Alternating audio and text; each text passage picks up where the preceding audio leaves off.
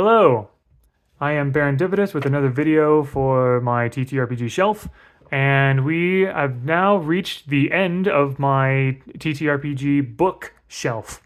Here, Weave, this is the last physical game that I have right now in terms of TTRPG systems and books and so forth. There's still a lot of, I still have a lot of like dice and I've a decent amount of miniatures and other things that I often use to play tabletop role playing games. So I have a lot of accessories that I will show off. But as far as like actual games and like books and full on rule sets and systems go, this is the last one I have currently. Although, like I said in my old Gods of Appalachia RPG video, Magnus Archives is coming, and there are a few other things my wife and I have pre-ordered.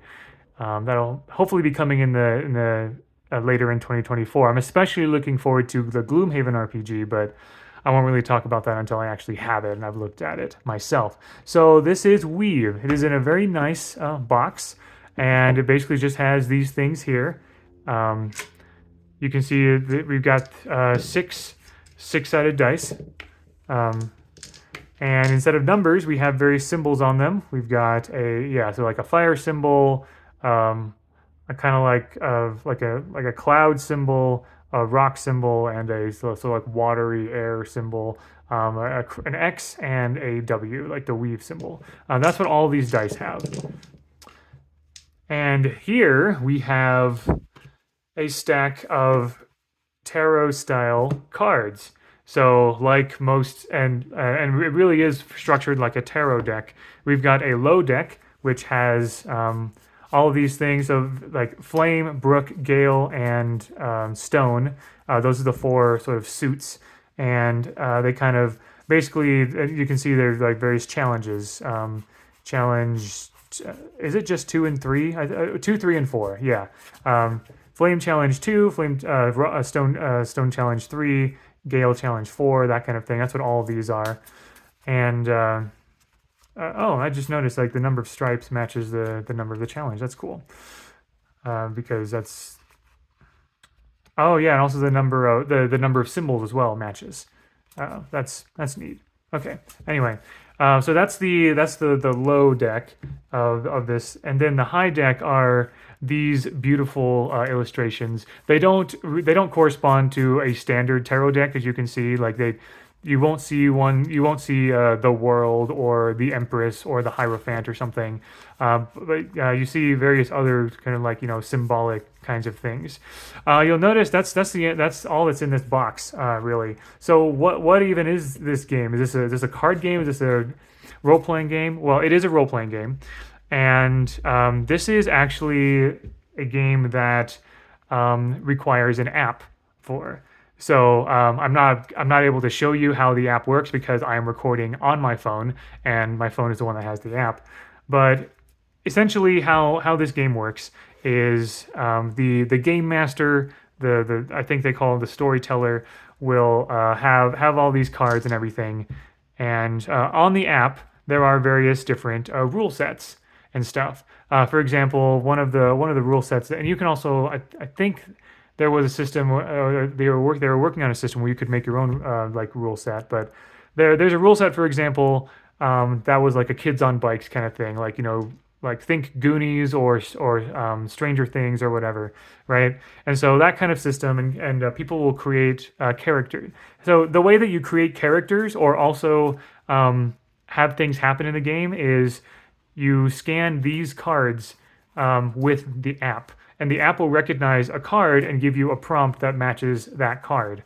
So in so like for example, if you want to if you scan the Woods card, the Woods card will have in sort of like the kids on bikes setting, the Woods card will be associated with an NPC that lives in the woods or something, or an adventure where you kind of like get or something. Sometimes it can be a bit more symbolic as well. Like for example, if we've got dusk, it might be maybe scanning this card will give you information on like an NPC who's like getting on in years or something, or maybe an adventure that that talks about like maybe restoring something before it gets lost or something like that, right? It depends on the person who wrote the rule set, essentially. But yeah, so you scan the cards and it gives you various prompts to kind of help the storyteller, the game master, um, kind of figure out what what will happen in the session and in the campaign. And the way that the app is structured, they structure it into like seasons and episodes kind of a thing, where they treat each game session like an episode and each campaign like a season, essentially. So you kind of like playing through your own sort of like TV show, essentially. And also, character creation works the same way, where the players will randomly draw like two or three of these cards, and they will scan it, and they'll give them options based on the card that they scanned, as well.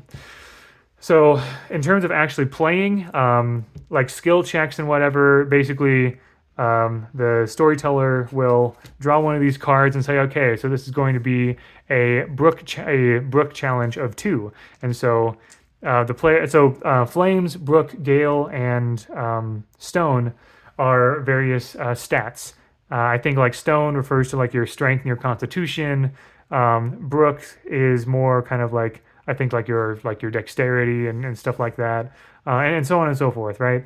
And so if you have like I think if you have like if a character's Brook attribute is like 3, I think they roll 3 dice, and here we got, okay, so we have Gale, and we have 2 W's, and W's are successes, X's are failures, and I think there's like a partial failure. Like if you succeed but you have one of these, then I think there might be a partial I can't remember. It's been a long time since I've looked at the exact rule sets of this. But yeah, the rules are not here in the box, because the app has like the rules. You can also look up the rules online. So yeah, I got this. I purchased the people who made this. The company who made this is called Monocle Society, and I was very intrigued by, like, I love the art. Like this art style right here, this sort of like geometric art style. I love it. I love stuff like this. This is really cool. I love the art direction of this. Very like bold and vibrant. I think it's a lot of fun. Monocle. So yeah, I was very intrigued by how the game worked and what the game looked like, and I decided, you know what, I think this cost like $50, $50 US. So yeah, I purchased it, and I did actually run a session or two with some friends years ago, to kind of show them, hey, this is a cool game that I have. We were hanging out, and it was like a holiday or something. And they're like, sure, let's try it out. And so for like an hour or so, we played through this game. And they're like, oh yeah, that was kind of cool. Haven't really been able to play it since, or run it since, unfortunately. And I honestly haven't really heard or seen anything from Monocle Society in years. Anytime I try to look them up, I haven't really noticed anything that really happened. And I kind of wonder if this might be an unfortunate case of like maybe things didn't like pan out. Like this is very much like an indie game kind of thing, right? Monocle Society was trying to, like, they were sort of making their own like board games and card games and TTRPG stuff, and I wonder if they might have sort of like dissolved, or sort of like gone on hiatus or something, or things didn't work out. I'm not sure. If so, that is unfortunate, because I haven't really seen any further support for this. Which is a shame, because I think I think it's cool, and the app still by and large works.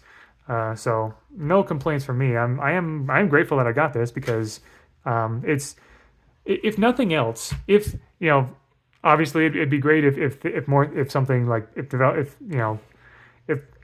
if more support does come for this game. But if nothing else were to happen with Weave, I am grateful to have this, and to have seen it, and to own it, because I'm a big believer in if you care about a hobby enough, then it's worth, and you care about like making things for the hobby, or engaging in the hobby, then it's worth your while to explore all kinds of wacky ideas. This explores using a certain tarot card system, as well as an app, like a phone app as well, and a couple other kind of like narrative mechanics. So, and I think it's cool. I'm glad to I'm glad to have this to kind of like see how one company sort of approaches some of these ideas, and it gives me ideas for any content that I want to create. And that's the same for any TTRPG that I have, even ones that I haven't really looked at or ever played or anything. Um, the biggest reason why I'm grateful to have them, like I don't really have any regrets with any of the TTRPG stuff that I've purchased because they give me like ideas for like things I could do in the future. It kind of shows me the just how different um, tabletop role playing games can be. I think that's true for pretty much any hobby, really. So yeah, that is Weave. It is a beautiful game that unfortunately might not really have any direct support anymore, but this is nice to have. And yeah, like I said, we've reached the end of my TTRPG bookshelf, and like the actual physical bookshelf. And so now the next videos for the TTRPG shelf playlist will be for various accessories. I have all kinds of different kinds of like dice, some 3D printed things and whatever, and I will be showing those off and talking about them as well. And also, of course, you know, I'm going to be getting more tabletop role playing games like books and products and things like that. And so when I do, I plan to, if I'm able to, you know, show those off in various videos. So, but yeah, thank you very much for watching. Hope you enjoyed, and until next time, all the best.